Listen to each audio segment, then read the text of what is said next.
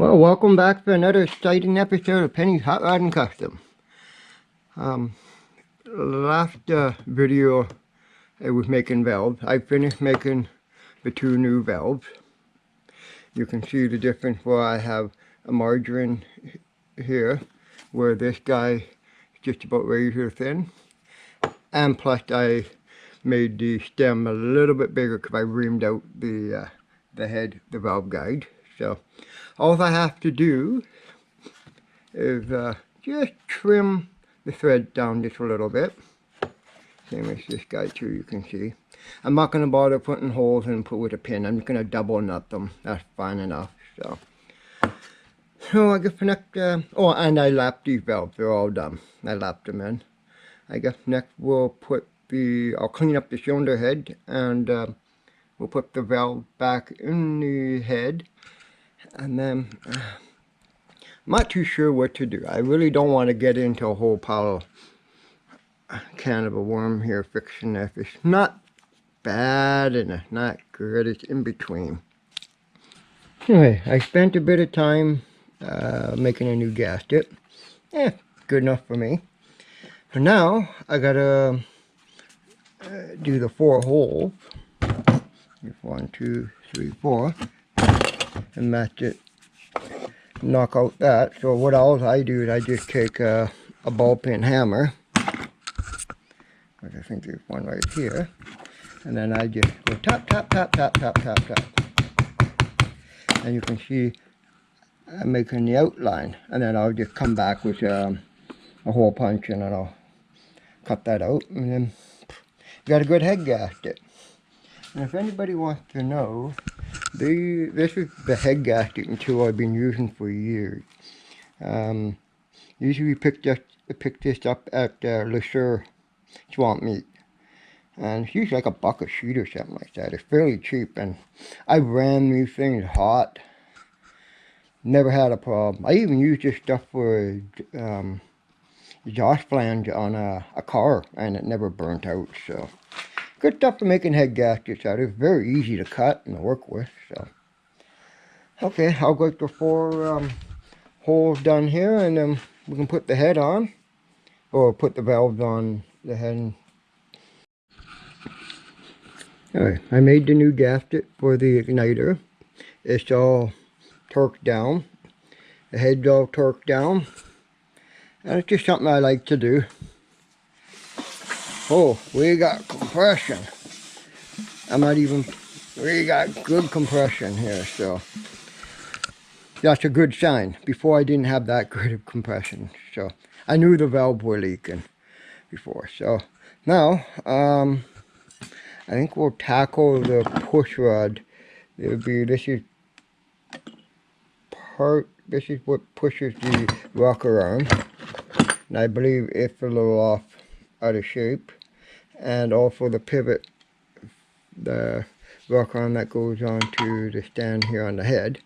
We got to maybe re-bush it or something. And that, and also the little striker for the igniter is pretty badly worn. So I guess take something apart. Maybe we'll work on the rocker arm now. We'll get that done. We'll see how bad that is. So I gotta clean a couple tools out of here, but we'll work on this guy. Alright, I did a little bit of figuring here. Like, that pin is pretty worn out. I think you guys can see it, but it wobbles a lot. So the hole looked like whoever did it was gonna make it for 7/16, which is fine.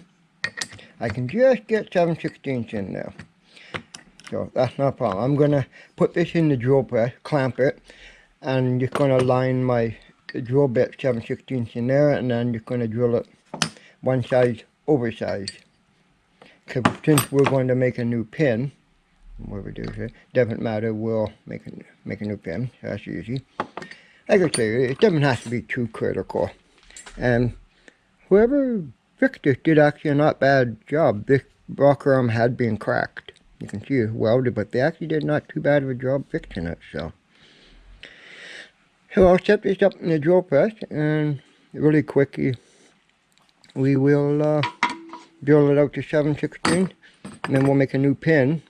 This will be the same thread, but we'll make just whatever it is, a couple size bigger than what the original size. I think it was 7/16, so be a little bit bigger. And then that way we will have a nice sturdy rocker arm stand. You know, at least the bolt's gonna hold it, so it's not so wobbly. You don't need to make these things precision fit anyway, so I'll get this set up and we'll start drilling. Now, sorry about that, I lied. I was just able to stick a drill, clamp it, and just use a drill machine, and I was able to get it pretty damn good. So I went, so now sometimes you can just get easier, just take a drill, but it turned out really good. So now I guess we'll have to make a new, what do we want to call it, rocker arm bolt. We'll copy everything of this, but make this guy bigger diameter, same thread, and poke a little hole in the center so that way it can oil in here so the rocker arm's never running dry. I'll go find a piece of steel and I guess we'll make ourselves a bolt. So you can see I've got it dialed in pretty damn good. Close enough it needs to be. Now what I gotta do is turn down this to, I believe it's about 3/4. This diameter here. So I'll do that down to 3/4. We'll try to get everything within length too, so. And then I gotta do this diameter here. Will be next size over 7/16, which I believe is 29/64. Alright, I'll get this set up and do a little bit of cutting.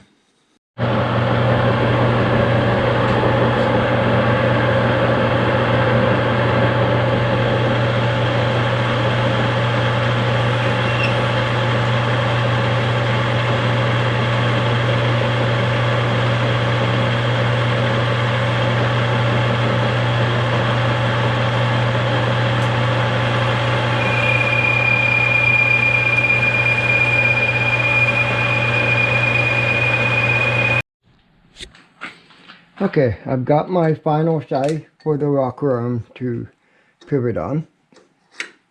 I left it a couple thou loose because years ago I was literally doing this in very tight tolerance, and I would let it sit outside or in the building for a year or so, and all my parts were seizing up on me because I was making them a little too tight. So from what I learned, it's good to have these things 4 or 5 thou loose. That way oil can get in there and it doesn't seize up on there. So this is perfect. I'm happy with that. But now I got to turn it down to, I think it's 3/8 to here, and then thread it. And I just cut it right there. So next thing is I'm going to cut this guy down to 3/8. Yep, 3/8.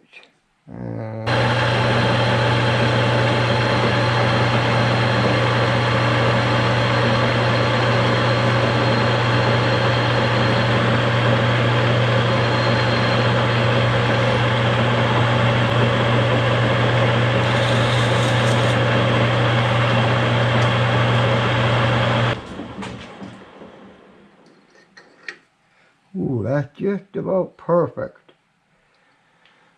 Okay. And what's my size here?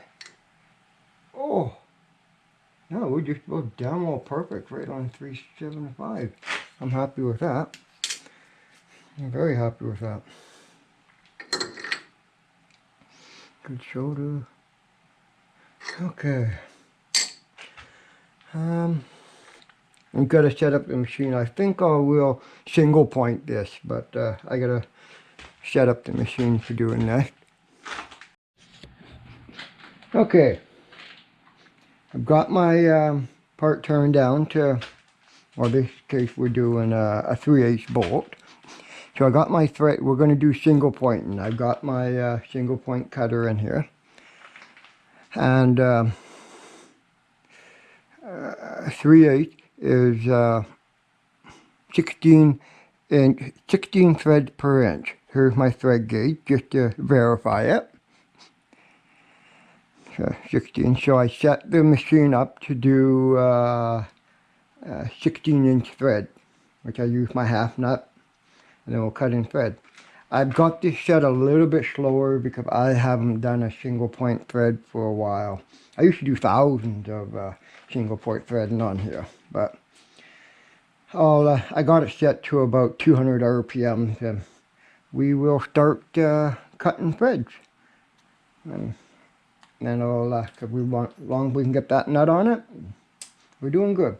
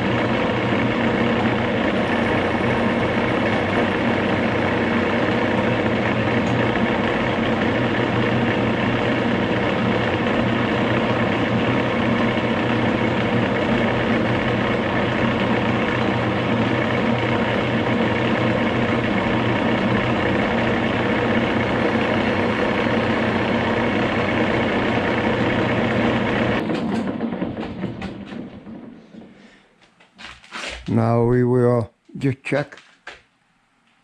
I'm getting close. Like I say, this doesn't have to be too critical, so.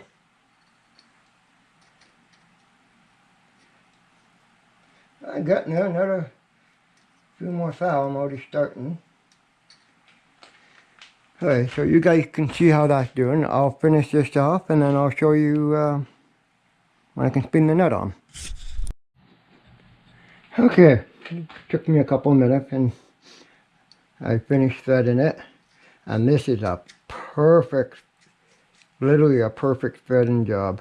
No side play, no end play, it's perfect. You can spin it on, no problem.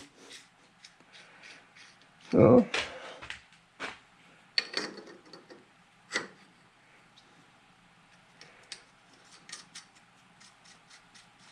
just my hands are oily, so.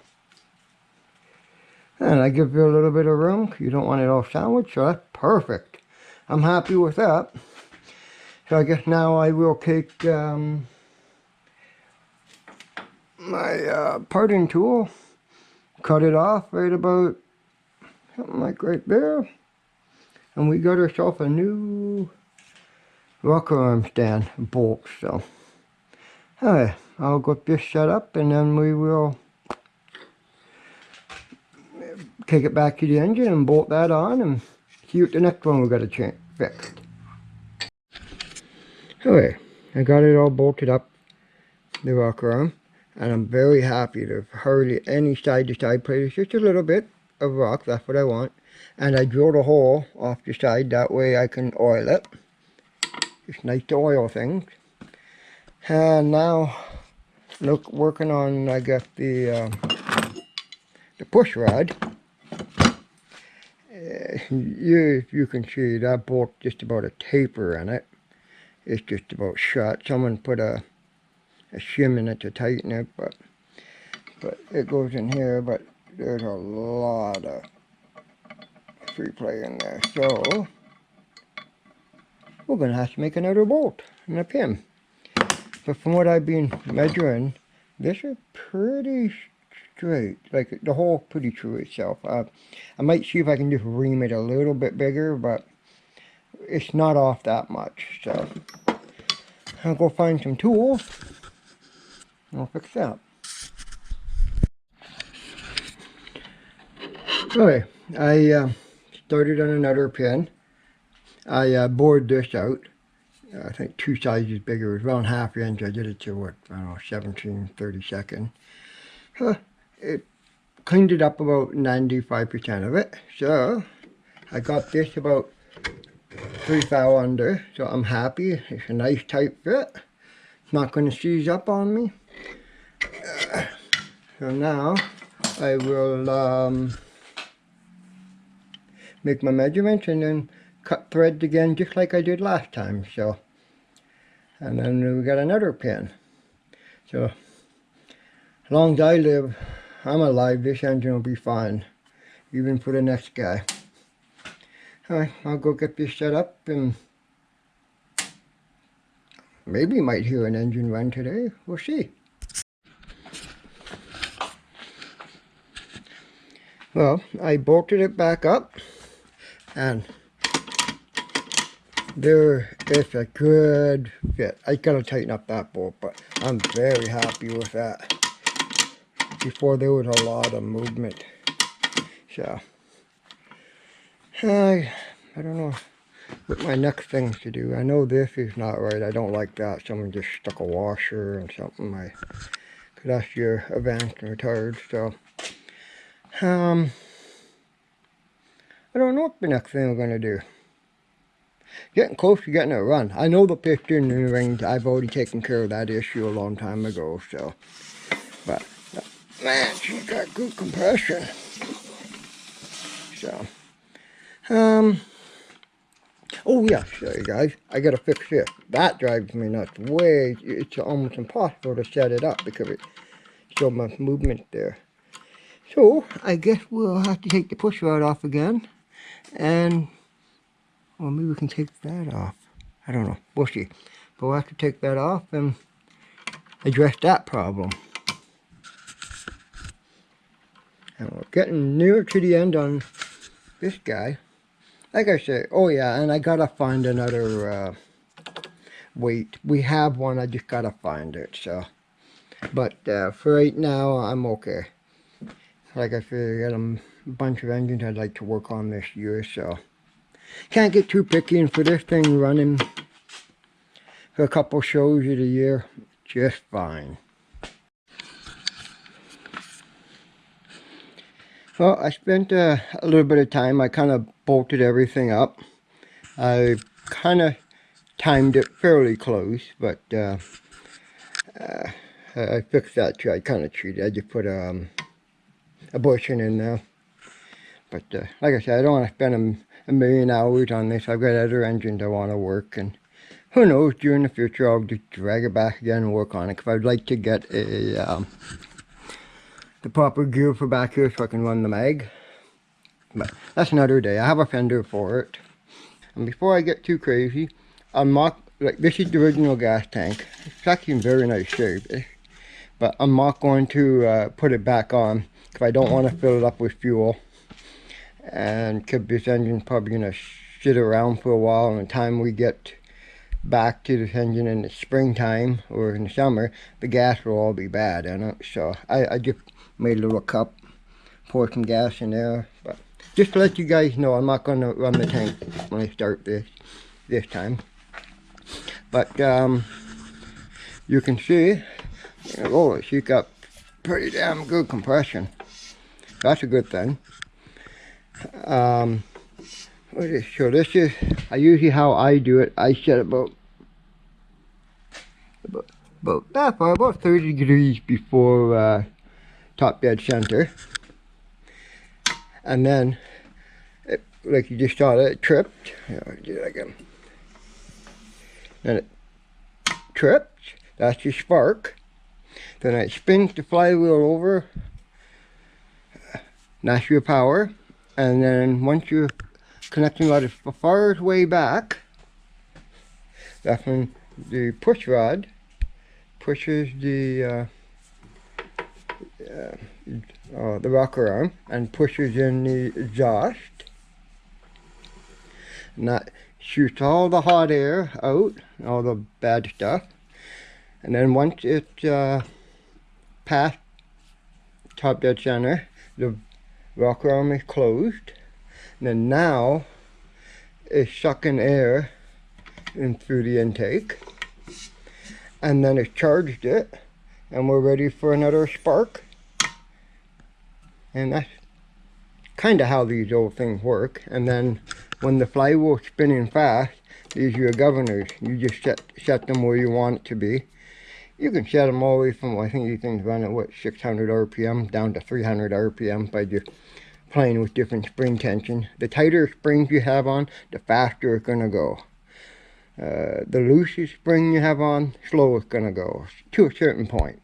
And then how that works is move that collar there, which moves this detent, and when it runs real fast, that detent holds it just like that. And then now that's where the governor is holding it. And then when it slows down, when the governor closes itself, it pulls back, and then it can trip the igniter again. The best way I can explain that stuff.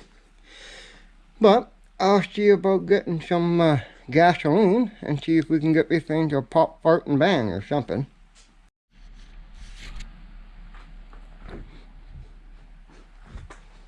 Okay, I have the battery hooked up.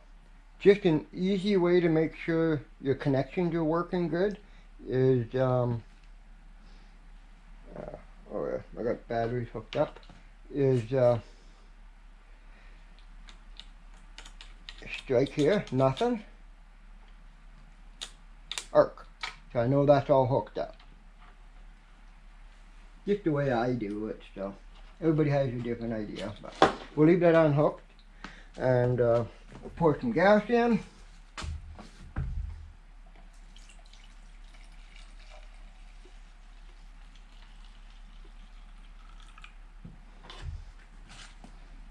More than enough gas. Definitely don't want to spark around this now.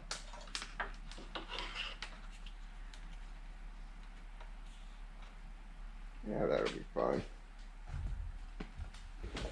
Hopefully.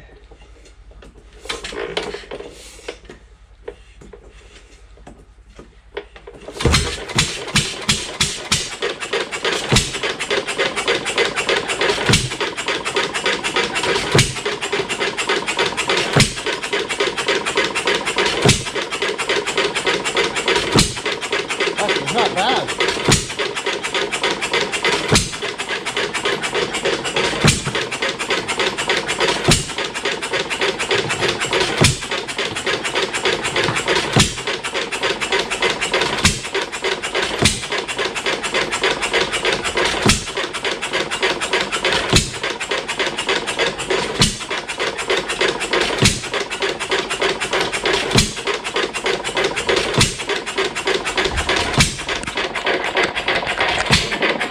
There you go, she's alive.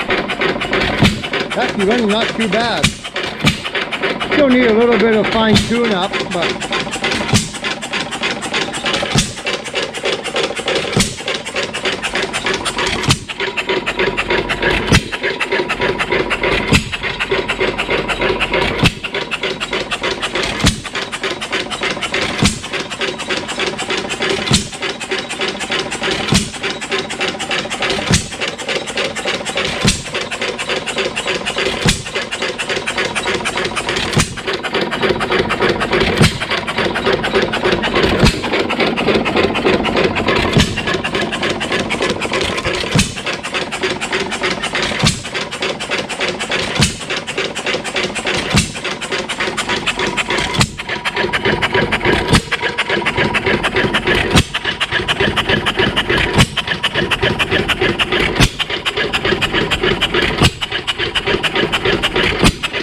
burning a little red. That's okay.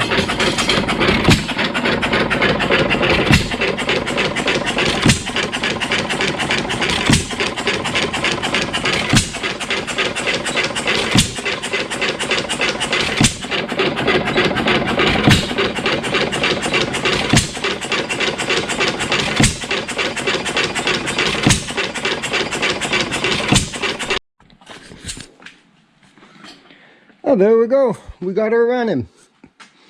I'm pretty happy with it so far. I still want to do some more tinkering with it, but my main goal was to do these two valves because they were in pretty bad shape. So igniter, not as bad as I thought it was. It's not really popping out through the igniter shaft here, so that's fine. If it needs to be fixed down the road, no big deal.